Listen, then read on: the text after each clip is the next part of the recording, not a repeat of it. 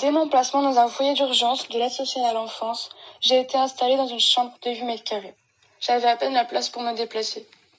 Je découvrais aussi des trous dans les murs faits par d'anciens jeunes enfants placés avant moi. Je suis restée dans ce foyer pendant 3 mois, durant lesquels je n'ai pas été scolarisée, ni pu suivre de cours à distance.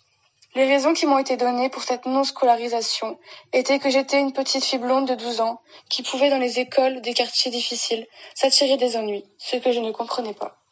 Je passais donc mes journées toute seule à faire du patin à roulettes dans le parc et à jouer à la console.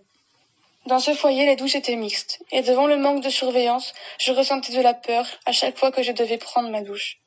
Dans ces foyers, on est seul face à nous-mêmes, sur nos gardes, constamment, par peur de se faire embêter par les autres. J'ai été séparée de ma famille brutalement, et j'ai eu droit à ma première visite médiatisée 1 mois après mon placement. J'ai vécu cette séparation comme un déchirement. Plus tard, dans les semaines qui ont suivi, j'avais le droit à un coup de téléphone 2 fois par semaine, toujours sur la surveillance constante des éducateurs.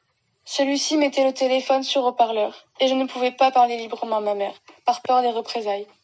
J'ai connu durant cette année les mises au vert, les déplacements de lieu en lieu, car j'étais punie de faire des fugues, de me rebeller contre ce système violent.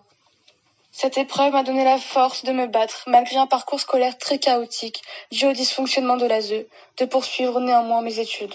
J'ai pu retrouver ma famille et mes amis qui m'entourent. Devenue majeure, je témoigne aujourd'hui pour que les enfants qui doivent être pris en charge par la protection de l'enfance ne subissent pas les mêmes choses, les mêmes non-respects de leurs droits, comme celui d'aller à l'école, de voir sa famille et ses amis, et de n'être pas stigmatisés, discriminés le reste de leur vie.